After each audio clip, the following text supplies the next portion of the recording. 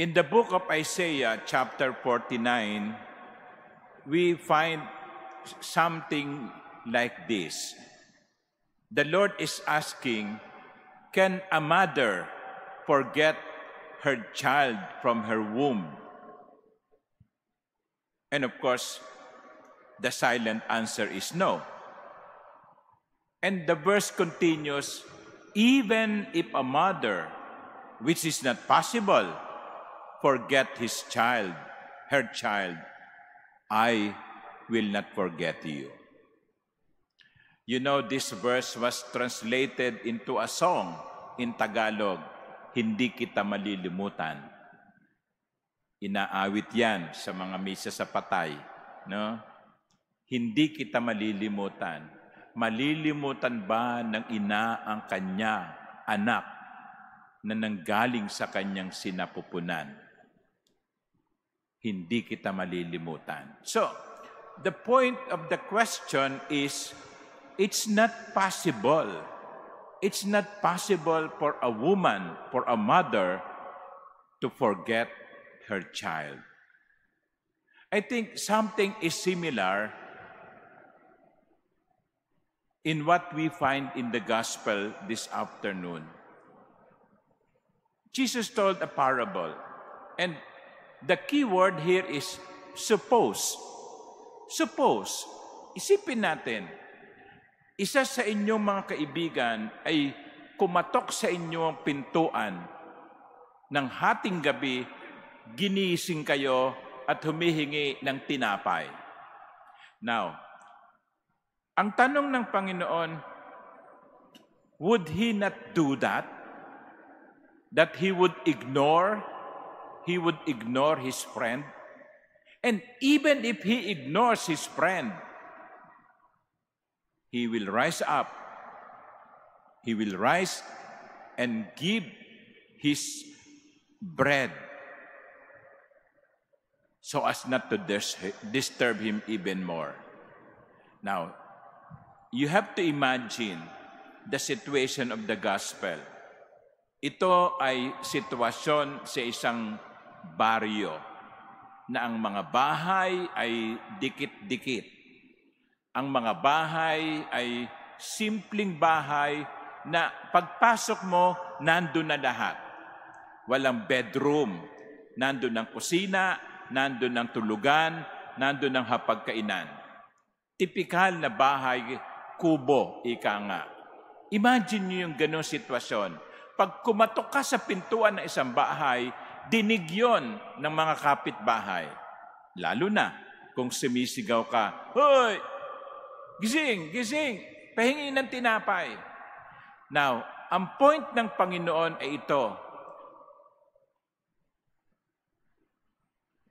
Hindi kaya niya tutulungan yung kaibigan na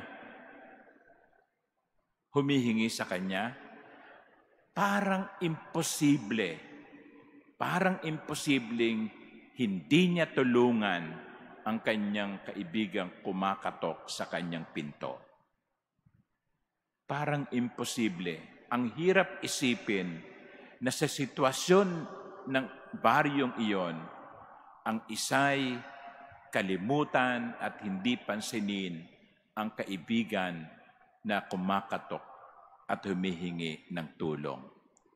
Just as it was impossible for a mother to forget her own son, it was also impossible for someone in that barrio, in that situation, where everyone knows everyone, it's impossible to ignore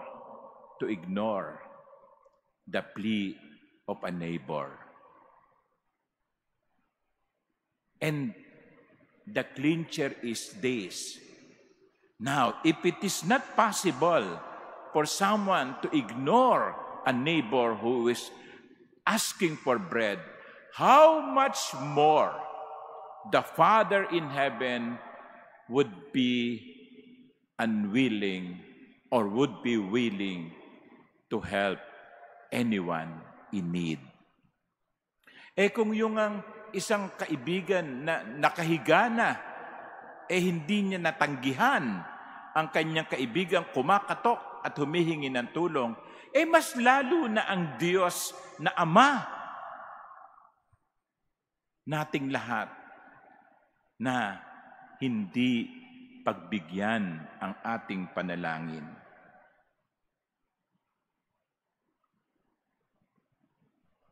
Kaya nga ang kasunod na bahagi ng Ebanghelyo, ask and you will find. Seek and you will find. Ask and you will receive.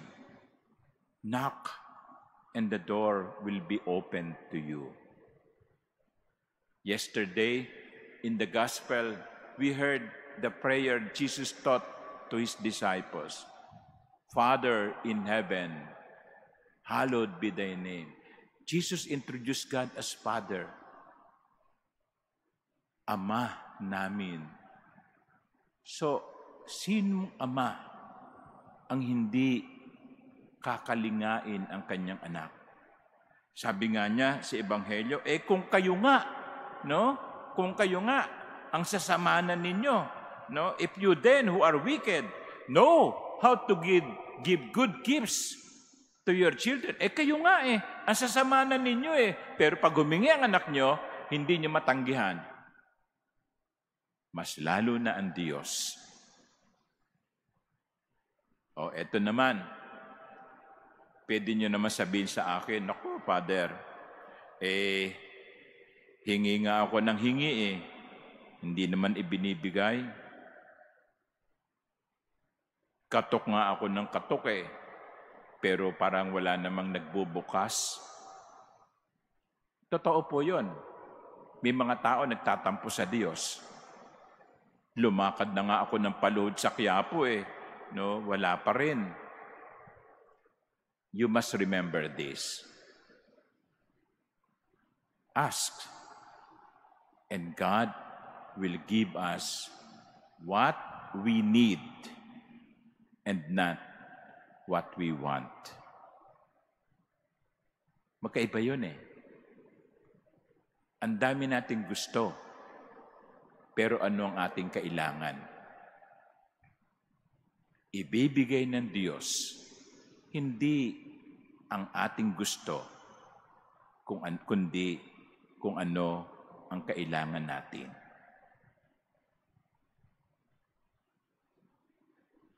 Ask, and the Father will give what we need, and not always what we want. Amen.